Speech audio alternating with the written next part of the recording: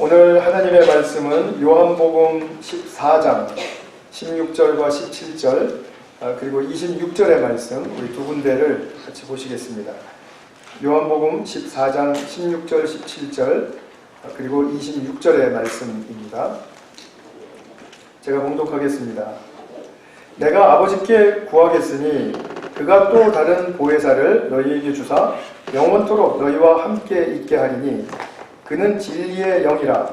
세상은 능히 그를 받지 못하나니 이는 그를 보지도 못하고 알지도 못함이라. 그러나 너희는 그를 아나니 그는 너희와 함께 거하시며 또 너희 속에 계시겠음이라. 26절의 말씀 우리 같이 한번 읽겠습니다. 같이 한 목소리로. 보혜사 곧 아버지께서 내 이름으로 보내실 성령 그가 너희에게 모든 것을 가르치고 내가 너희에게 말한 모든 것을 생각나게 하리라. 아멘. 네, 지난주에 제가 잠깐 말씀드린 대로 오늘부터는 요한복음 14장에서 16장까지에 나와 있는 성령에 관한 말씀, 예수님의 말씀을 같이 한번 상고해보는 시간을 갖도록 하겠습니다. 우리가 어느 책을 읽든지 또는 영화를 보든지 어떤 강의나 세미나를 듣든지 그것의 그 전체 주제를 파악하는 것이 참 중요하죠. 그래야 진짜 그것이 의도하는 유익을 우리가 얻을 수 있게 되죠. 전체 주제를 근데 설사 놓친다 하더라도 뭐 재미는 있을 수 있습니다. 그렇죠? 폭력 영화를 보면서 깡패가 뭐 맛있게 보인다라든지 뭐 이런 거 있죠. 영화 그 대부를 보셨습니까? 거기 보면 마론 브란도 그리고 알파치노 이런 멋진 배우들이 나오는데 특히 이제 2부, 3부로 가면서는 알파치노가 상당히 멋지게 나오지 않습니까? 야, 나도 저런 사람 되고 싶다. 특히 이제 그 영화에서는 알파치노가 작은 사람으로 나오잖아요. 그러니까 저한테는 더 매력적이었습니다. 그래서 그런 사람이 되고 싶다. 이게 대부의 그러면 과연 주제인가? 그건 아니죠. 그래서 그건 뭐 여러분들이 다 너무나 잘 아실 겁니다. 한번 찾아보시기 바랍니다. 성경을 볼 때에도 마찬가지죠. 분명히 성경의 저자들은 큰 주제를 향해서 가고 있는데 우리는 그 소주제들에 이렇게 이제 은혜 받고 또 이제 그것에 또 몰두하고 이런 경우들이 참 많죠. 예를 들면 예수님은 십자가라는 인류의 그 큰 구원의 사건을 앞에 두고 이제 하나님 나라의 왕이시지만 십자가를 향해서 걸어가고 계시는데 그 옆에 제자들은 예수님이 왕이 된다고 하니까 또 그 제자들의 두 제자들의 엄마는 또 예수님한테 가서 우리 아들 하나는 당신 왼쪽에 하나는 당신 오른쪽에 좀 이렇게 앉혀주십시오. 그러니까 또 그 말을 들은 또 다른 제자들이 또 막 분해하고 막 분개하고 막 이러죠. 이게 지금 그 전체적인 성경의 분위기, 전체적인 성경이 예수님이 이끌어가시는 그 주제, 그거에 지금 너무나 이렇게 벗어나게 되는 그런 경우가 있지 않습니까? 이게 아이러니컬하다 이것입니다. 우리가 성령에 대한 주제도 그런 것 같습니다. 이 성령 하나님은 진짜 성부 하나님과 성자 하나님과 동일하신 그런 하나님이세요. 이 하나님이라는 말 자체가 얼마나 큰 의미인지 알 수가 없지 않습니까? 하나님, 그러면 성경에 나온 우리가 그 사건만 들춰내도 한도 끝도 없이 큰 사건들을 끄집어낼 수 있죠. 창조에 참여하시고 창조를 발생시키신 분이다. 또 예수님의 구속에 힘입어서 또 이 생명을 주시는 그런 재창조의 또 주격이기도 하시고 그리고 오늘날에도 교회에 함께 하시면서 모든 사람들에게 그침없는 생명의 부요함을 더해주시고 그것뿐만이 아니라 이 세상과 모든 우주가 유지되고 또 그것이 잘 발전되어 갈 수 있도록 하나님의 뜻에 의해서 성장해 갈 수 있도록 그렇게 힘을 더하시는 분이고 또 이 역사와 우주의 마지막 날에는 모든 것을 품으신 분으로서 그렇게 묘사되죠. 성령 하나님은 그런 분입니다. 요한은 계시록에서 성령 안에서 성부와 어린 양을 본다 이런 말씀을 하세요. 성령이 얼마나 크신 분입니까? 그런데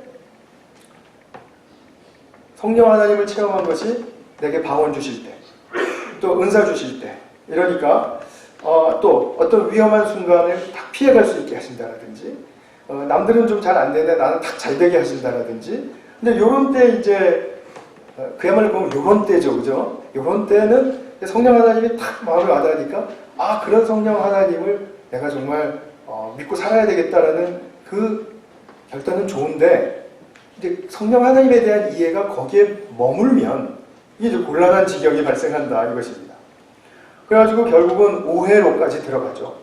그래서 성령을 무슨 뭐 신성한 기운으로 본다라든지 하면 막 이렇게 뭐 성령 받는 것처럼 뭐 이렇게 하고 뭐 또 어떤 능력 받는 정도, 그러니까 오빠에게 시금치를 주어서 능력을 더 생기게 하는 그런 정도. 그리고 또 성령 충만, 그러면 충만이지 않습니까? 충만. 그러니까 이걸 또 양으로 생각해서 풍선에 뭐 바람이 꽉 차서 이렇게 가득 차야 되는 것처럼 성령도 그렇게 가득 차야 되는 것처럼 그렇게 오해를 한다든지 또는 뭐 안수 받을 때 내가 저분한테 안수를 받으면 더 많은 성령을 받을 수 있을 거다. 아니면은 내가 안수도 이왕이면 여러 번 받으면은 한 번 받는 것보다 뭔가 낫겠지. 뭐 이런 생각. 이거는 애교 있는 생각이 아니라 틀린 생각이죠. 그죠? 인정하시죠? 네. 오늘 시작이 좋습니다. 그래서 이 성령 하나님에 대한 전체적인 우리가 그 이해를 가져가야 되는데, 우리가 하나님처럼 큰 존재들이 아니지 않습니까? 그렇기 때문에 성령 하나님에 대한 이 큰 주제를 전부 다 우리가 붙들 수가 없다 이것이죠. 그럼 우리는 어떻게 해야 될까요? 성경에 나오는 말씀대로 따라가면서 성령 하나님에 대한 이해와 확신을 넓혀가는 것이죠. 그러면서 날마다 더 크신 성령 하나님을 만나고 그분과 교제하고 그분의 일을 기대하는 것이죠. 그래서 오늘도 우리는 요한복음 14장에 나와 있는 예수님의 말씀을 통해서 성령 하나님이 어떤 분이신가에 대한 것을 좀 살펴보도록 하겠습니다. 앞으로 한 2시간 정도 더 해서 14장, 15장, 16장에 네 군데에서 성령 하나님에 대해서 말씀하고 계시는데 그것을 좀 우리가 살펴보려고 합니다. 예수님이 이제 제자들을 떠나시면서 제자들에게 이제 다시 오실 하나님에 대해서 소개를 하시는 것입니다. 오늘 본문 16절이 바로 그 내용이었죠. 내가 아버지께 구하겠으니 그가 또 다른 보혜사를 너희에게 주사. 이렇게 말씀합니다. 16절에서 또 다른 보혜사를 보내주신다라는 그 말씀이 보혜사라는 말로 또 이제 뒤에 14장 26절, 15장 26절, 또 16장에서도 7절에서 보혜사라는 말이 등장을 해요.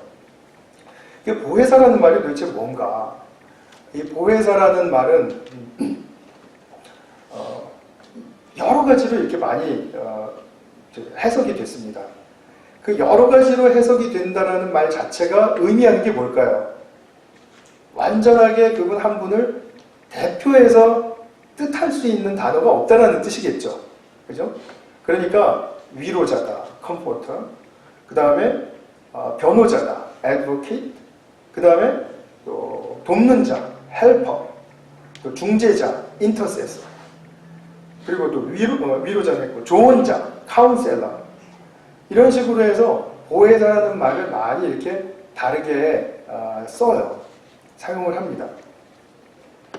근데 우리 성경에서는 개역 성경에 이어서 개역 개정으로 넘어와서도 보혜사라는 말을 고집했습니다. 이 보혜사 그러면 꼭 절 이름 같잖아요, 그죠? 그러니까 어떤 분이 결국은 기독교와 불교가 보혜사에서 만나는구나. 그 보혜사에서 만나는 건 안 맞죠? 안 맞는데 보호라는 말은 보존한다라는 뜻이고요. 해라는 말은 은혜를 베푼다. 사는 절사자가 아니라 스승사자입니다. 그래서 우리를 보존하시고 은혜를 베푸시는 스승이시다. 이런 뜻입니다. 그럼 조금 전에도 이제 보셨듯이 여러 가지 용례로 이제 번역이 막 되는데 그렇게 해봤자 우리는 또 성령 하나님에 대한 이 이해를 그냥 그 수준에서밖에 알 수가 없습니다. 그런데 오늘 아주 굉장히 중요한 단서가 하나가 이제 붙어 있는데 그것은 뭐냐면 보혜사라는 말 앞에 말씀하신 또 다른이라는 뜻이 그 표현입니다. 또 다른. 여기서 또 다르다라고 하는 것은 그 이질적이라는 말이 아닙니다. 동질인데 그 동질 속에서의 또 하나라는 뜻입니다. 이것을 이제 죄송하지만 헬라 말로 하면은 알로스다 이렇게 얘기해요. 우리 이제 자연과학에 있는 분들은 헤테로라는 말은 이질적이다, 성질이 다르다라는 것을 표현할 때 쓰는 단어잖아요. 헤테로스를 쓰는 게 아니라 알로스라는 단어를 씁니다. 이게 무슨 말씀이냐 하면 이런 것입니다. 예수님과 성령님은 동질이시다 이거예요. 동질. 다른 성질이 아니다. 동질이다. 같은 존재는 아닙니다. 같은 존재는 아닌데 동질이세요. 이것도 좀 제가 설명하려고 하다 보니까 좀 재미있는 예가 생각이 나는데요. 옛날에 아주 여러 해 전입니다. 이제 그로서리 가서 호박을 사오라고 그러더라고요. 그래서 호박을 이제 호박 하면서 이제 갔습니다. 근데 우리말에는 호박이 하나인데 영어로는 두 개잖아요. 하나는 zucchini고 하나는 펌킨이고. 그 펌킨은 신데렐라 펌킨 그거잖아요, 그죠? 근데 그때가 이제 가을이어서 그랬는지 딱 들어가자마자 호박이 발견이 된 거예요. 그래서 아유 저 들어갈 필요도 없이 그냥 이거 사가면 되겠구나 하고 이제 그걸 샀습니다. 그래서 집에 가져갔는데 뭐 결과는 뻔하죠. 다시 그때 저기 잘 살펴가지고 상황 잘 파악하고 빨리 돌아가는 게 그게 상수입니다. 근데 이게 그 뭐지? 그런데 zucchini를 얘기하는 호박이었는데 그걸 제가 몰랐던 거예요. 그래서 제가 그 기억이 났습니다. 호박. 근데 zucchini랑 펌킨은 다르지 않습니까? 완전히 다르죠. 우리 집사람이 얘기한 건 zucchini 그거 얘기한 겁니다.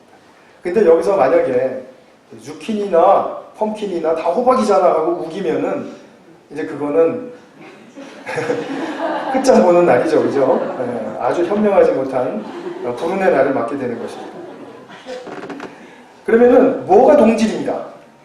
예수님과 성령님이 뭐가 동질인가? 몇 가지만 오늘 살펴보겠습니다. 첫 번째로 두 분 다 아버지께로부터 오셔서 세상으로 보냄을 받았다는 것입니다. 명쾌하죠? 요한복음에는 예수님이 아버지께로부터 보내심을 받은 자, 그래서 샌딩 포뮬라라고 한다고 그랬죠. 요한복음에 수십 번 나타나는 아주 빈번한 중요한 표현입니다. 아버지께로부터 부르심을 받은 자, 보냄을 받은 자라는 뜻이죠. 성령님도 마찬가지세요. 오늘 보면 아버지께서 그가 또 다른 보혜사를 너희에게 주사 이렇게 말씀하셨죠. 그리고 두 번째로는 두 분 다 거룩한 분으로 표현됩니다. 그래서 6장 69절에서도 주는 거룩하신 자시요. 그래서 예수님에 대해서 얘기했고, 오늘 이제 14장 26절에도 보면 15장 26절인가요? 네, 하여튼 거룩한 분으로 표현이 됩니다. 그 다음에 두 분 다 위대한 교사세요. 교사로 표현이 됩니다. 앞서서 13장 13절 14절에 보시면 예수님께서 당신을 나를 주요 선생이다. 내가 너희를 발 씻어주는 주요 선생이다. 이렇게 말씀을 하셨고, 또 오늘 본문에 26절에 보면 성령님이 너희에게 모든 것을 가르쳐주고, 그죠? 그래서 교사의 역할을 하신다는 겁니다. 가르쳐주시는. 자, 그리스도는 무엇을 가르쳐주시죠? 자기 자신, 그죠? 당신은 자신을 가르쳐주시고 또 아버지에 대해서도 가르쳐주시죠. 그래서 우리가 아버지를 알 수 있는 길은 그리스도 안에 있다 이렇게 표현하는 거잖아요. 그 다음에 성령님은 무엇을 가르쳐 주시죠? 그래서 꼭 기억해 두십시오. 성령 하나님은 영화롭게 되신 아들 성자 하나님에 대해서 가르쳐 주십니다. 그것이 15장 16절에서도 계속 나오는 우리가 이제 앞으로 볼 내용 중에 하나입니다. 또 네 번째로는 두 분 다 세상이 영접하지 않았습니다. 요한복음 1장 11절에 보면 자기 땅에 오매 자기 백성이 영접하지 아니하였다라고 예수님이 세상으로부터 받아들여지지 않은 것을 우리에게 말씀해주고 있죠. 오늘 14장 16절에도 17절에도 그러죠. 세상이 능히 그를 받지 못하나니 이는 그를 보지도 못하고 알지도 못함이라. 그러니까 모르는 거예요. 예수님과 성령님에 대해서 세상이 모르기 때문에 거부하게 된다. 이런 말입니다. 그러니까 지금 이 말씀을 이제 우리가 같이 보혜사라는 말을 통해서 다시 한번 정리를 해본다면 예수님은 지금까지 보혜사로서 활동하셨고 우리와 함께 하셨죠. 그런데 또 다른 보혜사이신 성령님을 보내주셔서 예수님이 하시려고 하는 일을 계속 이어가게 하신다라는 뜻이죠.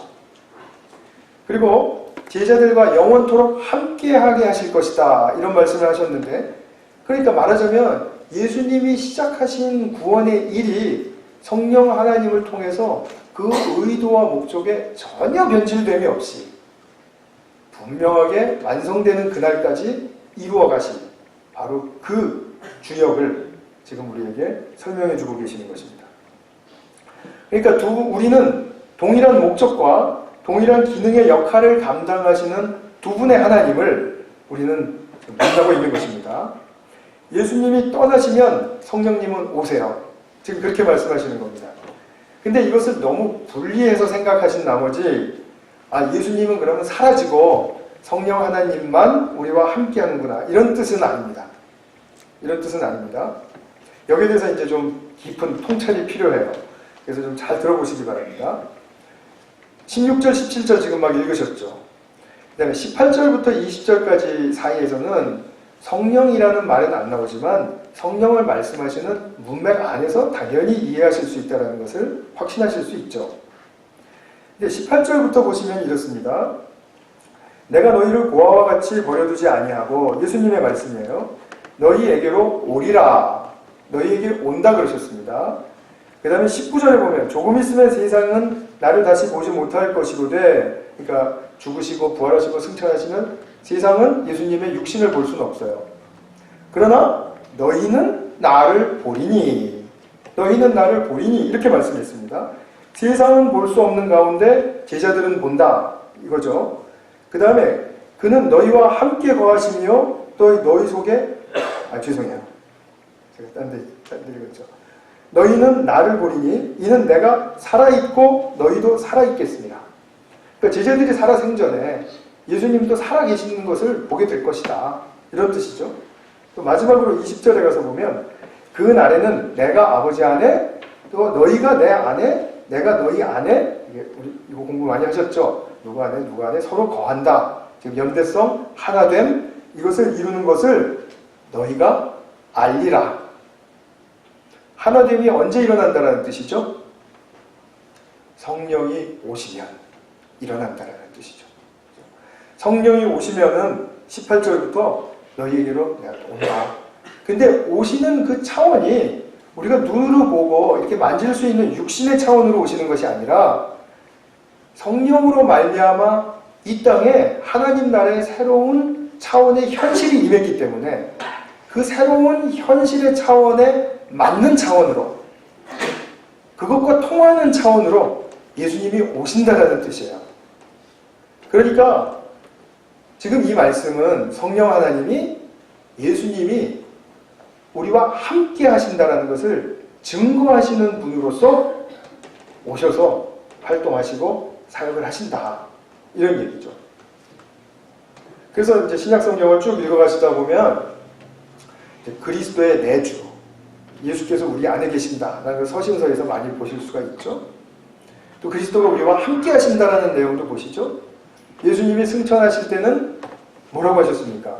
제일 마지막 약속의 말씀이 내가 항상 너희와 함께 할 것이다 라고 하셨죠. 사라지신다라는 게 아니라 항상 함께 하신다고 하시는 거잖아요. 그 함께 하신다는 것은 이제는 차원이 다른 세계가 임했기 때문에 그 하나님 나라의 차원에 맞게 내가 임할 것이다. 존재할 것이다. 너희와 함께 할 것이다. 지금 이런 뜻입니다. 이해가 잘 되셨나요? 네. 그러면 여기서 예수님은 이 성령 보혜사를 또 진리의 영으로 표현을 하십니다. 그럼 진리의 영이라고 하셨을 때 진리라는 말이 또 우리에게 또 이제 막연한 말로 탁 이렇게 다가오니까 진리가 뭐지? 이렇게 하다가 또 자기가 들었던 것, 또 자기가 생각하는 진리, 또 이것을 또 막 생각해내서 그거를 이끌어 가시는 분이 진리의 영, 성령이시구나. 이렇게 하시지 말자라는 거죠. 그럼 어떻게 해야 되죠? 진리의 영, 그렇게 말씀하셨으면 다른 성경에서는 진리의 영을 어떻게 말씀하는가? 우리가 그거를 보고 진리의 영에 대한 확실한 이해를 가지시는 게 중요하죠. 근데 다행히도 18절에서 17절에서 진리의 영이라고 하셨는데 15장 26절에 가면은 이런 말씀을 하세요. 아버지께로부터 나오시는 진리의 성령이 오실 때에 그가 나를 증언할 것이요. 예수님의 말씀입니다. 그러니까 진리의 영이 오시는데 진리의 성령이 오시면 무엇을 하신다고요? 예수님을 증언하신다는 거죠. 근데 앞서 우리는 너무나 유명한 요한복음 14장 6절의 구절을 통해서 아시죠? 예수님이 나는 뭐라 그러십니까? 나는 진리요 그러죠. 이 진리의 영은 진리를 증언하십니다. 그 진리는 무엇입니까? 예수님이죠. 더 구체적으로 말하면 예수님의 말씀과 행동과 가르침과 삶, 그리고 이어지는 죽으심과 부활과 승리, 예수님에 관한 모든 것을 증언하시는 분이 바로 진리의 영, 성령이시다. 분명히 아실 수 있죠. 16장 13절에 가시면은 진리의 영이 오시면은 너희를 모든 진리 가운데로 이끄시겠답니다.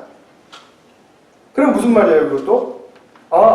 예수님의 삶, 예수님의 죽으심, 예수님의 부활, 예수님의 승기, 그리고 지금 존재하시는 그 모든 예수님이 함께 하시는 이 차원, 이것으로 우리를 이끄시겠다라는 뜻이죠. 그렇죠? 네. 그러면 성령님은 지금 무엇을 하시는 분이세요? 예수님을 증언하시고 우리를 예수께로 이끄시는 일을 하신다. 성령님의 가장 중요한 사역입니다. 그러니까 예수님을 떠난 성령님의 사역은 없어요. 예수님을 증언하지 않거나 우리를 예수님이 아닌 다른 곳으로, 다른 축복으로 인도하시는 그런 성령님은 없어요. 오늘 예수님의 이 중차대한 이 순간의 말씀 속에서 당신이 떠나가시면서 지금 굉장히 진지하신 거거든요. 이 상황 속에서 성령이 오시면은 이 일을 하신다. 진리를 증언하시고 진리로 이끄신다. 라는 이 말씀을 우리에게 들려주실 때는 당연히 예수 그리스도라는 분명한 우리들의 구세주가 그 중심에 계셔야 한다. 라는 뜻입니다. 그래서 제가 앞서서 기억해달라고 하신 그 말씀 생각나세요? 예수님 자신과 아버지에 대해서 가르치시고 또 성령님은 영화롭게 된 아들에 대해서 성자 하나님에 대해서 가르치신다. 이런 말씀 드렸었죠. 그걸 기억해달라고 했습니다. 자, 그러면 우리가 이제 두 번째로 넘어가면서 그 진리의 영이 진리를 증언하고 진리로 이제 이끌어 가시는데 그러면 그 방법론을 우리가 이제 조금 배울 수가 있습니다. 예수님의 말씀해 주시기 때문에 무엇이냐면 간단해요. 14장 26절에서 그는 모든 것을 가르치고 그러셨죠. 그 다음에 또 내가 너희에게 말한 모든 것을 어떻게 하신다고요? 생각나게 하신다. 생각나게 하신다는 말씀을 생각하지 못하셨죠? 생각나게 하신다. 자, 그러면 좀 분리해서 우리 좀 얘기를 나눠보겠습니다. 가르치신다. 가르치신다라는 것은 무엇을 가르치신다라는 말이냐면 제자들이 이제 앞으로 닥칠 그런 상황과 또 모든 그 조건들에 대해서 그걸 어떻게 헤쳐나가고 어떻게 진리 가운데를 이끌려가야 할 것인가에 대해서 가르치신다라는 뜻이에요. 그러니까 제자들은 지금 이 순간에 11제자가 예수님과 함께 지금 대화를 나누고 있지 않습니까? 이 사람들은 지금 자기들이 내일 이후로 일어날 일을 전혀 알지 못합니다. 근데 예수님은 아시죠? 성령이 오시면은 하나됨이 이루어지고, 하나됨이 이루어진다라는 말은 공동체가 이루어진다라는 뜻이니까 그 공동체가 바로 교회로서 탄생하게 되고, 이제 그 교회는 이 세상 안에서 많은 역할과 또 많은 그런 어떤 존재감을 드러내면서 감당하면서 이제 나아가야 할 터인데, 그러려면은 이 신생 공동체가 맞이할 어려움과 난관은 얼마나 클 것인가, 그거를 내다볼 수 있지 않습니까? 뭐든지 새로 시작하는 것은 힘들지 않습니까? 그러니까 예수님은 그 미래를 내다보시면서 제자들이 이제 장차 이 사도교회로서, 사도교회가 탄생되었을 때 이제 그것에 이끌어가는 리더로서 분명히 그 역할을 맡아야 될 터인데, 그때마다 예수님 안 계신데, 예수님 가버리셨는데 우리는 뭐 도대체 어떻게 하란 말입니까? 뭐 이런 푸념 같은 것이 전혀 가당하지 않도록 성령 하나님을 보내주셔서 그때마다 가르치시고 또 갈 길을 인도해 가실 것이다. 지금 이런 뜻이에요. 그러니까 모든 것을 가르치신다라는 말은 이제 공동체에 관련된 그런 말씀이고요. 공동체와 또 세상과 관련된 그런 말씀일 수도 있죠. 그런데 이것과 관련해서 이제 예수님이 또 하시는 말씀을 하나 참고해 본다면, 뒤에서 보시겠지만 16장 12절 13절에 이런 말씀하신 거 기억하시는 분들이 있을 겁니다. 너희에게 내가 아직 할 말이 많이 있지만 그걸 지금 말한다고 해도 너희는 지금은 감당하지 못할 것이다. 이런 말씀 기억나시죠? 나중에 보실 겁니다. 앞으로 무수하게 닥칠 일들에 대해서 지금 다 얘기해 준다고, 미주알 고주알 다 얘기해 준다고 그게 현실적이지도 않고 마음에 와닿지도 않겠죠. 그러니까 지금 그거는 감당할 이야기들이 아니다. 그때 가서 감당해야 될 이야기들인데 그건 그때 가서 보혜사 성령께서 가르쳐 줄 것이다. 지금 이것이죠. 실제로 초대교회, 사도교회에서 일어났던 한 가지 사건을 좀 말씀드려 보겠습니다. 사도행전을 보면은 이제 공동체가 생겨난 다음에 사람들이 많이 몰려들었지 않았습니까? 그죠? 하루에 막 3,000명, 5,000명 이렇게 막 몰려들었는데, 그러니까 순식간에 몇만 명의 교회가 된 것입니다. 근데 이 예루살렘 교회는 가난한 사람들이 굉장히 많이 모여들었던 그런 교회였고, 또 디아스포라라고 해서 흩어져서 살던 그런 유대인들이 많이 몰려든 교회였었어요. 그러니까 흩어져서 살았다는 것이 뭐 2세기, 3세기 뭐 이렇게까지도 흩어졌던 그런 사람들이, 들어온 사람들이 많았다는 겁니다. 그러니까 이 사람들이 이 말이 잘 통했겠습니까? 히브리 말과 헬라 말, 또 다른 지역 말, 이것이 잘 안 통했겠죠. 이제 이런 가운데 많은 사람들이 이렇게 모인 가운데 가난한 사람들이 많아서 이제 구제 사역을 해야 되는데, 음식을 배분을 하고 공급을 해줘야 되는데, 이게 편중 현상이 일어난 겁니다. 아마 언어 때문에 그랬을 거라고 늘 많이 봐요. 그러니까 헬라 쪽에, 헬라파, 그러니까 외국어를 쓰는 많은 사람들이 불이익을 당하게 된 것입니다. 특별히 헬라파 과부들이 이제 남편이 없고 수입이 없으니까 굉장히 힘든 삶을 사는데, 교회에 와서 이제 그나마 그 구제받는 것도 굉장히 이렇게 편중되게 잘 받지를 못한 것입니다. 이제 이 문제가 불거지자 제자들이 당연히 기도했겠죠. 이 문제를 어떻게 해결해야 되겠습니까? 이렇게 했을 때 그들이 기도의 결과로 얻은 그 유명한 실화를 여러분들 아시죠? 우리가 이렇게 구제하고 하는 그런 일에 있어서 재정 출납하고 이런 것에 있어서 우리가 할 것이 아니라 우리가 좀 이것을 전담할 수 있는 그런 일꾼들을 뽑자. 그래서 이제 초대교회의 첫 7 집사가 뽑혔다. 이렇게 이제 우리는 그 기능적인 측면에서만 알고 있어요. 그런데 훨씬 더 중요한 내용이 여기에 숨겨져 있습니다. 이분들이 7 집사를 뽑을 때 그냥 우리 일할 수 있는 사람들, 이제 좀 훌륭하고 남의 모범이 되는 사람들 우리 7 사람 뽑읍시다. 이렇게 해서 뽑힌 게 아닙니다. 이 7사람, 7집사는 모두가 다 헬라파 출신들입니다. 그러니까 말하자면 외국인 출신들이라는 겁니다. 왜 그랬을까요? 헬라파 과부들이 언어 때문에 불이익을 당하는 것을 보고 이제 좀 더 원활한 언어 소통을 통하면서 그들이 더 공정한 혜택을 받을 수 있도록 그렇게 배려하기 위해서 헬라파 7집사들을 뽑은 거예요. 스테반, 빌립 뭐 등등등 이렇게 많이 이름이 나오죠. 7명에 다 헬라 이름들입니다. 그러면은 경제 담당 실무자들이 다 이제 헬라파 쪽 사람들이니까 히브리 쪽 사람들 거의 대부분이었을 텐데 다수였을 텐데요. 그 사람들은 어떻게 했을까요? 이런 또 불공평한 일이 어디 있습니까? 이렇게 나와야 마땅하지 않습니까? 근데 성령의 인도를 받으니까 그런 말이 있었다고 성경에는 기록되어 있지 않습니다. 그래서 그 초대교회 7집사들이 또 얼마나 충성하고 믿음으로 일을 잘했는지 전부 다 그 사람들이 아주 역사의 위인으로 기독교에서는 남아있죠. 우리가 이런 것을 보게 되면 성령의 역사는 인간이 생각하는 어떤 계산이나 어떤 판단을 넘어서서 훨씬 더 선하게 역사하시는 그런 측면으로 우리를 이끌어 가시는구나. 이렇게 난관을 겪어가게 하시는구나. 이겨나가게 하시는구나. 그것을 우리가 보게 되죠.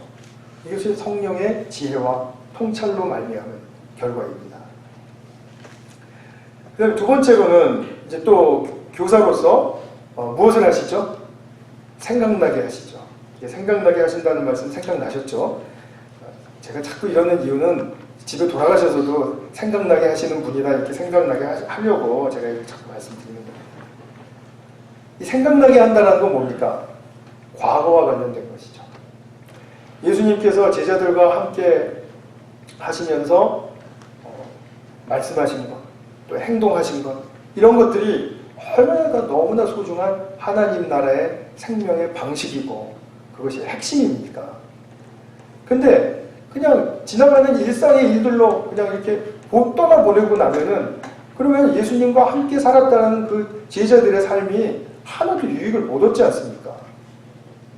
그러니까 성령님이 예수님의 말씀과 행동을 생각나게 하실 때는 어떤 단순한 추억거리를 떠올리게 된다, 단순한 사건을 기억한다 이런 뜻이 아니고 그것이 딱 생각날 때 그것이 지금 이거였구나 하고 뭔가 깨우치고 자각이 일어나고 그래서 변화로서 깨어남을 지금 암시하시는 말씀이죠.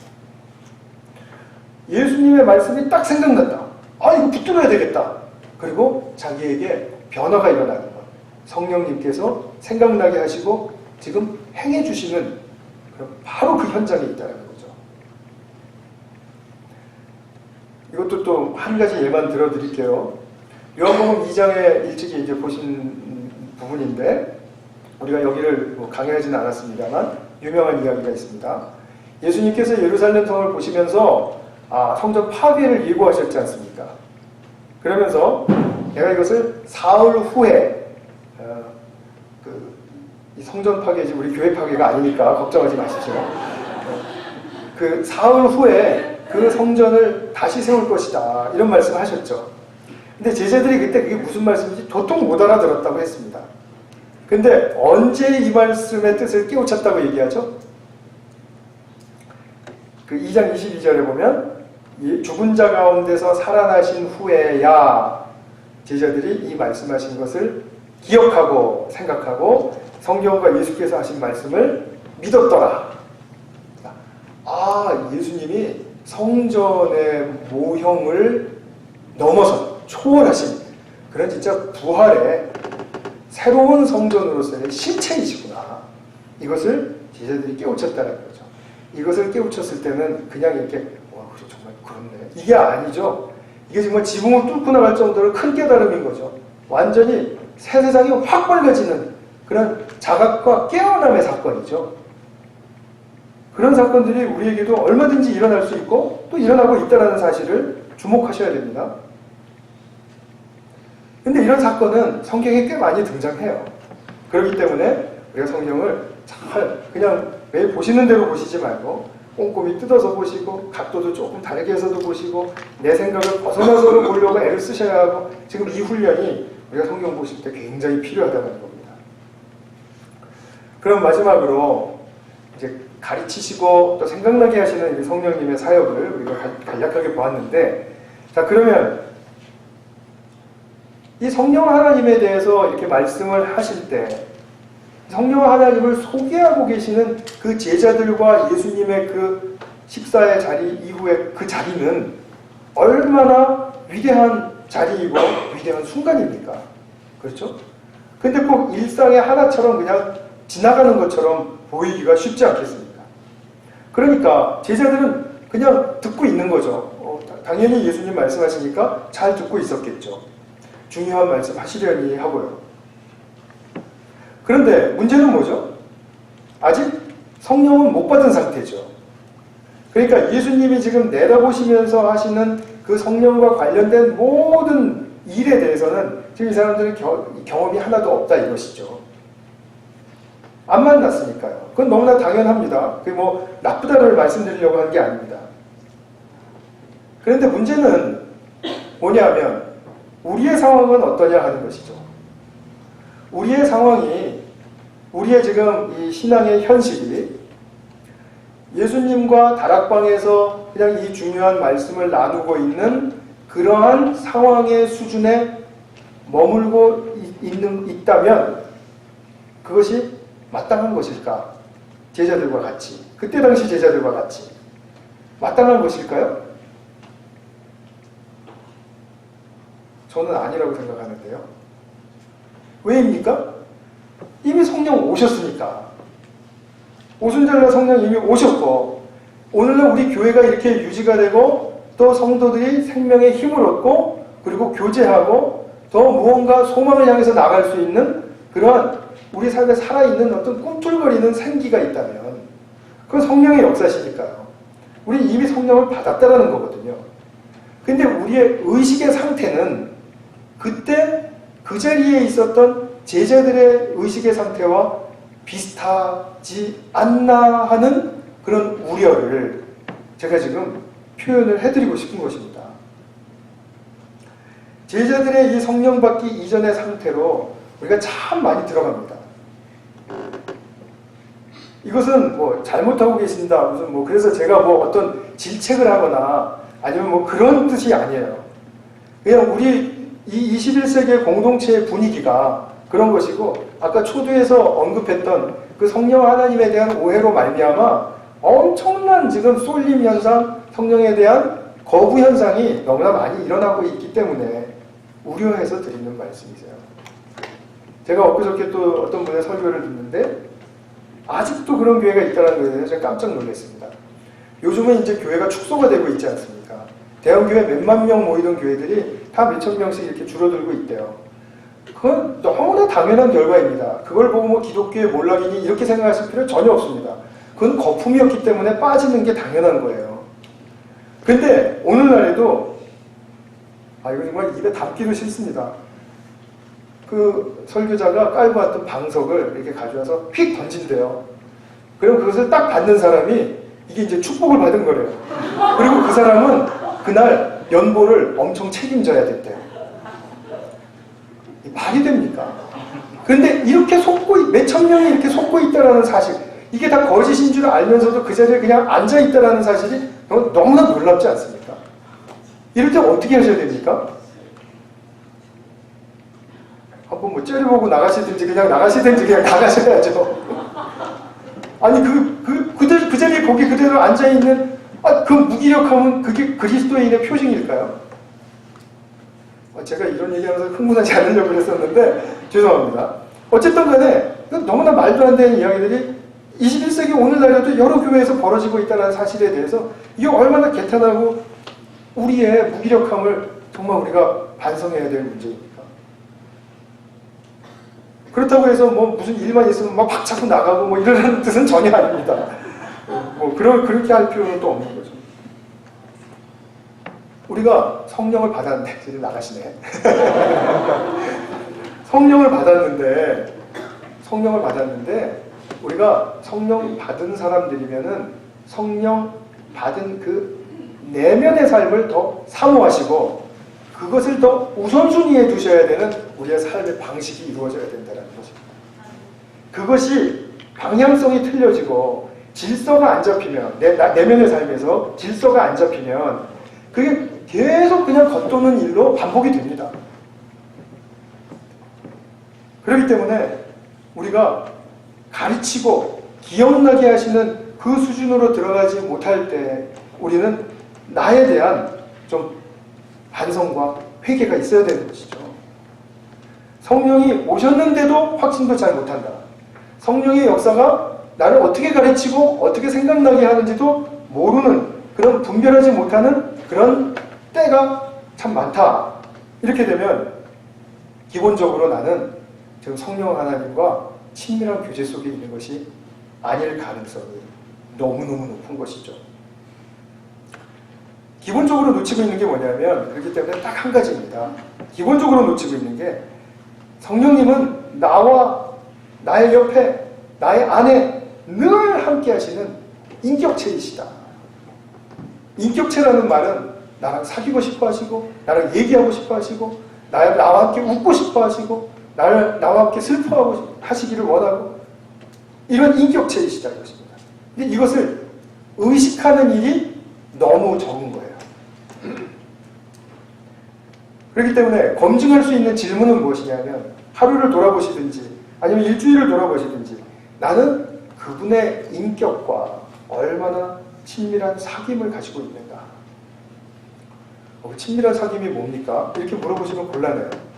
우리가 친밀한 사귐을 가지고서도 우리가 친밀한 사귐을 가졌었던가요? 이렇게 물어보는 건 어불성설이잖아요. 그죠? 아주 친하게 지내고 우리 그렇게 친했어요? 이렇게 물어보는 건 이건 말이 안 되는 얘기지 않습니까? 만약에 그 친밀한 사귐이 없다면 그럼 난 친밀한 사귐이 없었던 거죠.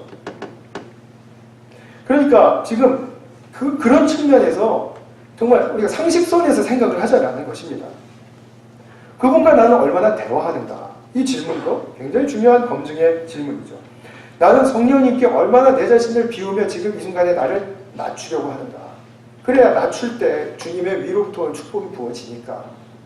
나만 낮추고 비하해서 이게 될 문제가 아니고요.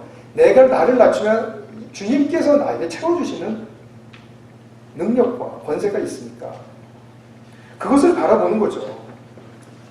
그러니까 성령님은 어떤 분이시길래 우리가 이러한 태도를 가질 수 있는가에 대해서 자기 자신이 생각에 너무나 익숙해지셔 있어야 되고 그리고 그것으로 말미암아 성령 하나님과의 교제가 더 깊어져야 될 것이다. 이런 말씀이 되겠습니다. 이제 앞으로 더 2시간 더 해서 더 섬세하게 살펴보는 시간을 갖도록 하겠습니다. 말씀을 맺겠습니다. 성령의 인도를 받기 위해서는 내가 자발적으로 깨어나고자 하는 의지가 있으셔야 됩니다. 자발적으로 깨어나고자 하는 의지를 가지셔야 합니다. 그분을 찾고자 하는 우리의 인격의 반응이 필요합니다. 왜 인격의 반응이 필요하죠? 주님이 다 해주신다고요. 그런 뜻이 아니고요.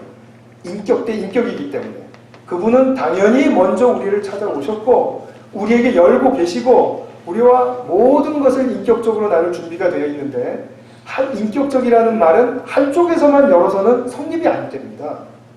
그렇기 때문에 내가 그렇게 인격적으로 열려 계신 성령님께 열어야 되겠다라는 그런 의지와 결단이 반드시 필요하다는 거죠. 성령님은 일방적인 분이 아니십니다. 절대로 그렇지 않습니다. 나를 쥐고 힘들고 내쳤다 뒤를 이렇게 하시지 않습니다.